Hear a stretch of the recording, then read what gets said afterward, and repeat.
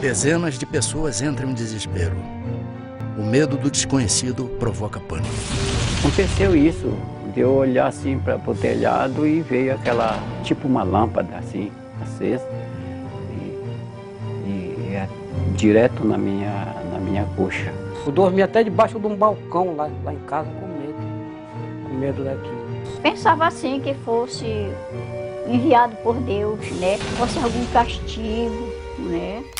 Será que no céu existe algo a mais do que as estrelas? Você acredita realmente que no meio dessa imensidão que é o universo, que somos os únicos seres inteligentes? E se existe algo além de nossa compreensão?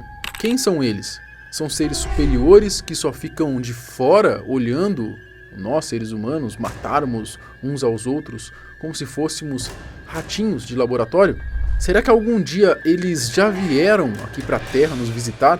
Eu sinceramente não tenho a mínima ideia. Mas se a resposta for positiva, esse dia, ou melhor, esses meses, provavelmente foram em meados de 1977, aqui mesmo no Brasil, na região do Pará. Essa que foi conhecida como um dos maiores, se não o maior caso ufológico mundial. A famosa Operação Prato, que durou cerca de 4 meses. Centenas de testemunhas, dentre elas até mesmo um dos mais altos escalões militares. E nenhuma conclusão. O caso foi arquivado de repente. E o mais impressionante é que o coronel da operação, após começar a dar com a língua nos dentes depois de tudo que presenciou lá, ele morreu misteriosamente. Nesse vídeo a gente vai entender o que foi a Operação Prato, o maior caso de invasões de OVNIs ocorrido aqui no Brasil. Eu sou o Marcelo Milos, fica comigo que depois da vinheta eu te conto.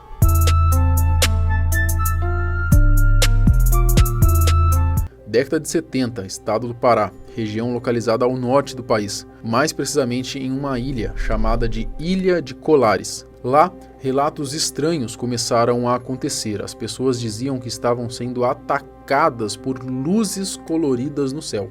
Você não entendeu errado. Segundo esses relatos, quando essas luzes atacavam essas pessoas, principalmente as mulheres, elas sentiam como se diversas agulhas penetrassem seu corpo e após essas dores a região ficava avermelhada, como se estivesse com queimaduras. Eles eram recebidos por um feixe de luz e que impedia que eles movimentassem qualquer parte do músculo, até para pedir socorro. A dor se tornava insuportável e eles eram tomados de profunda fraqueza, como se eles estivessem sendo dopados. Os moradores locais apelidaram essas luzes de chupa-chupa, porque segundo os mesmos, essa luz era como se sugasse o sangue deles. Era mais de uma cidade que estava sendo atacada por essas luzes. Foram um total de mais ou menos 4 meses esses acontecimentos. Na verdade até mais, 4 meses foi o tempo que durou a Operação Prato. Em outro caso desse daí, aconteceu em um barco de pesca, onde os pescadores aí, os homens, eles estavam nessa embarcação, eles também foram atacados por essa luz e um dos pescadores, inclusive, faleceu. O que impressionava, além dos ataques, é que, como eu disse, os ataques eles foram em mais de uma cidade, cidades que ficavam aí a mais de 100 quilômetros uma da outra. E quando se ouviam os relatos dessas testemunhas que nem se conheciam, ainda mais na década de 70, era totalmente escassa algum meio de comunicação. Muitas pessoas nem energia elétrica tinham. Imagina um WhatsApp para combinarem alguma coisa. Bom, o que acontece é que essas vítimas desses ataques, mesmo estando tão distante uma das outras, elas contavam basicamente o mesmo relato, a mesma coisa tinha acontecido com elas. E as pessoas me contavam a mesma história, sem se conhecerem, sem nunca terem se falado, e na mesma noite, e nos mesmos horários ou até em horários diferentes. No início a imprensa local reportava o que acontecia e os prefeitos e as autoridades dessas pequenas cidades pediam ajuda para o governo federal. Porém, de início não se tinha ajuda, não se tinha ali exército, marinha, aeronáutica, nada. Então o que o povo começou a fazer? Eles começaram a formar espécies de grupos armados, com armas que eles tinham ali, facões, bastões e até mesmo espingardas, fogos de artifício às vezes, para conseguirem contra-atacar, se proteger desses ataques inexplicáveis das luzes. Literalmente estavam entrando em uma batalha contra luzes. Coisa totalmente bizarra. É claro que, passado um tempo, os ataques dessas luzes continuaram, então o governo federal finalmente decidiu intervir. A princípio foi chamado a Força Aérea Nacional. Eles estavam sendo liderados, então, posteriormente, pelo coronel Wieranger Hollanda, que na época era capitão. Foi então que se iniciou a chamada Operação Prato. A Operação Prato durou de setembro de 1977 até dezembro do mesmo ano, cerca de 4 meses mais ou menos. Ele perguntou se você acredita em disco voador? Eu acredito. Aí ele disse, então agora você está encarregado desse caso. Aí me deu a pasta com o início da operação para que eu tomasse conta do assunto e ficasse encarregado do caso. A princípio, um grupo da aeronáutica foi até os locais de avistamento para investigarem o que estava acontecendo. O capitão Wieranger Hollanda ele ainda não estava na missão. Os militares colhiam os depoimentos das testemunhas, a princípio um pouco céticos sobre os relatos. É claro que nesse meio tempo, dezenas de pessoas já estavam deixando a cidade, ficando somente os mais corajosos, aqueles que não tinham mesmo para onde ir, as autoridades militares, médicos e o padre. A população de Colares foi tomada por uma crise talvez assim de pânico e a cidade entrou num processo de esvaziamento. O medo era de chegar a um ponto de nós não termos mais medicamentos, alimentos a gente já não tinha, porque ela estava caminhando para um verdadeiro caos. Assim que os militares chegaram, eles começaram a montar seus acampamentos de observação em diversas regiões, a principal delas na ilha de Colares, porque lá era o ponto de maior incidência desse fenômeno. A seriedade dessa operação foi tanta que, nessa época, os civis foram impedidos de frequentarem o local. Após os relatórios dos avistamentos dos próprios militares serem enviados aos mais altos escalões da aeronáutica, aí sim o capitão, na época, o Wieranger, ele foi escalado para liderar essa operação. Bom, o coronel até dizia que acreditava em vida fora da Terra, só que ele era bem cético quanto a essas luzes, ele não acreditava que poderia ser algum extraterrestre, por exemplo, alguma nave alienígena. E outra coisa também, que ele simplesmente não podia falar que era uma nave, Ele estava lá para tentar dar sentido nisso que estava acontecendo, Ele estava lá de fato para dar uma explicação racional para esses acontecimentos. As pessoas já estavam descrentes que aquilo seria resolvido. Muitas, inclusive, estavam acreditando, ainda mais porque o povo local era muito religioso, então muitos acreditavam que aquilo dali era o final dos tempos, alguma punição divina, algo sobrenatural. Não se tinha uma explicação racional para aquilo. Então, muitas pessoas saíam nas ruas em conjunto para fazer aquelas procissões, tipo romaria, sabe? Quando junta uma galera na rua e começa a rezar ali de casa em casa, caminhando pela rua. Eu lembro que onde eu morava, quando eu era criança, normalmente tinha isso, de vez em quando ali na parte da noite. Depois eu nunca mais vi. Essas pessoas elas não tinham no que se apegar, além da fé e do perdão de Deus para que livrassem elas de qualquer mal. O capitão, como eu disse, ele até acreditava em vida fora da Terra, mas naquela situação ele era bem descrente, não acreditava que poderia ser algum disco voador, por exemplo. Até que num certo dia ele de fato viu o que tanto queria e a partir daí ele começou a acreditar. Estava em cima de nós um objeto muito grande, acredito que uns 30 metros de diâmetro, forma discoide preto. Nós ficamos olhando, estupefatos, assustados, parado em cima da gente a uns 200 metros de altura. O que eu vi não tinha me satisfeito até aquele momento. Dali para frente não tinha mais dúvida nenhuma. Num outro caso, relatado por uma testemunha ocular, os militares resolveram ir então até onde tinha ocorrido esse suposto avistamento com um helicóptero. Nesse momento é dito que algo impressionante aconteceu. Eles conseguiram avistar uma dessas luzes, só que o helicóptero simplesmente entrou em pane. A sorte é que ele voltou a funcionar depois de que essa luz aí, esse OVNI, se afastou. Paralisou. A jet todo parou, só funcionou a jet de cima, nós viemos baixando.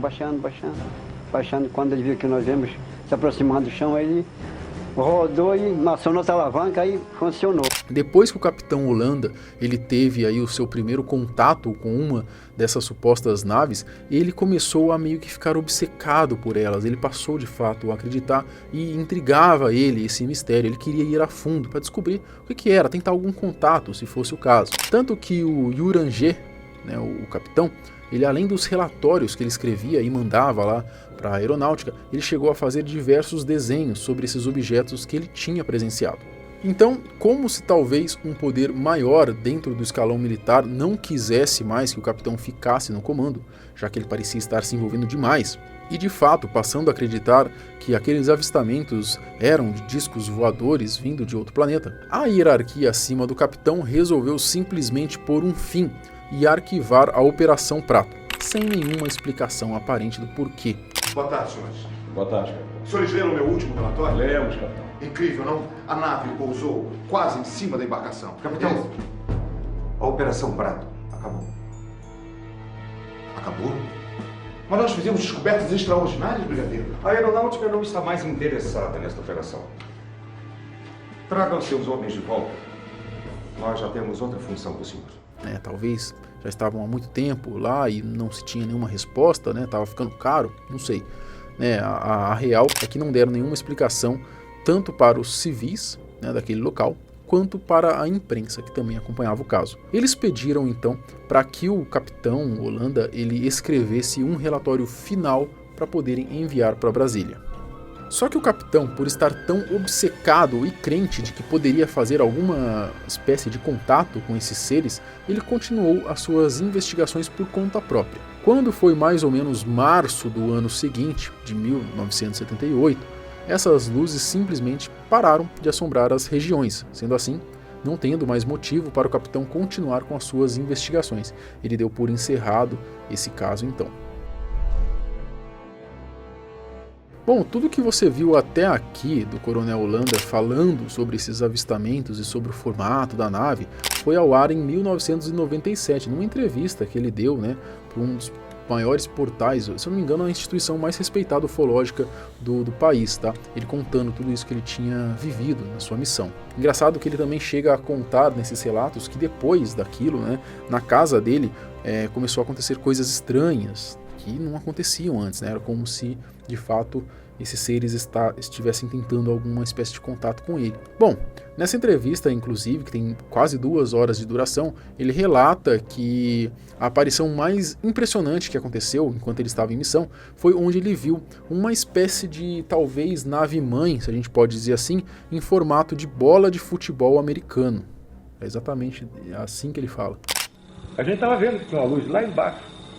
Através das árvores, a gente via que aquela luz tinha penetrado pela mata dentro. Mas ela voltava na nossa direção. Ela veio e ficou postada na nossa frente, na outra margem do rio. Sabendo o que vocês queriam. Parou na nossa frente. Ele parou e ficou parado na nossa frente. Aquele monstro, um sol azul. Era um brilho muito forte, mas que você podia encarar, você podia ficar fitando. Ela não te machucava a vista. Janelas? Não via nada, só via aquela luz muito forte, tá? Muito forte, um azul estranho, mas muito alto, muito grande, um sol enorme na nossa frente. Imenso, um troço inacreditável, incrível. Nós ficamos parados olhando e agora? Aí eu fiquei com medo.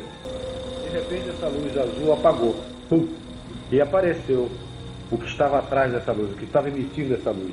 O objeto era essa bola de futebol americana que estava em pé na nossa frente. Uma bola de futebol de 100 metros de altura, parada na nossa frente. Bom, 2 meses depois dessa entrevista que o coronel concedeu, ele simplesmente morreu. E aí que entra as teorias da conspiração, Os mais teóricos afirmam que o governo, alguma força superior aí, calou ele, por ele falar demais. É uma possibilidade? Sim, mas não tem como a gente afirmar isso com certeza, obviamente, O que se sabe é que ele estava na casa dele, seus familiares também estavam, o coronel subiu para o seu quarto e lá ele deu cabo da própria vida. Algumas pessoas acreditam que ele já estava meio depressivo e iria tomar essa atitude, mas antes resolveu contar para todo mundo o que ele sabia. Eu sinceramente não acredito muito, O que me fez pensar nisso é exatamente o que ele fala no final da entrevista que ele deu. Presta só atenção no que ele diz. Nunca falei isso para ninguém que autorizasse publicar, tá? Estou te falando agora. Já estou com 60, daqui a pouco estou com 70. Se chegar lá, se não desaparecer antes. Bom, como eu disse, aqui no YouTube mesmo tem uma entrevista dele completa aí para esse portal UFO, né, para essa instituição ufológica, de praticamente 2 horas de duração, né? Ou seja, tem muita coisa ali, tem que ele falou que é interessante a gente trazer, e talvez caiba até um vídeo só mostrando e comentando os pontos mais importantes dessa entrevista, né? Trazer um resumo dela aqui.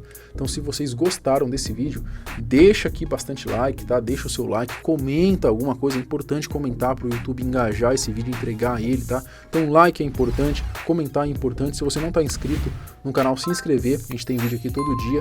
E aí sim, cara, a gente traz aqui então um vídeo só falando dessa entrevista de quase 2 horas do coronel Irangê. Eu acho que vai ser bacana pra gente também, quem tá gostando dessa temática aí. Beleza? No mais, a gente se vê no próximo vídeo. Falou!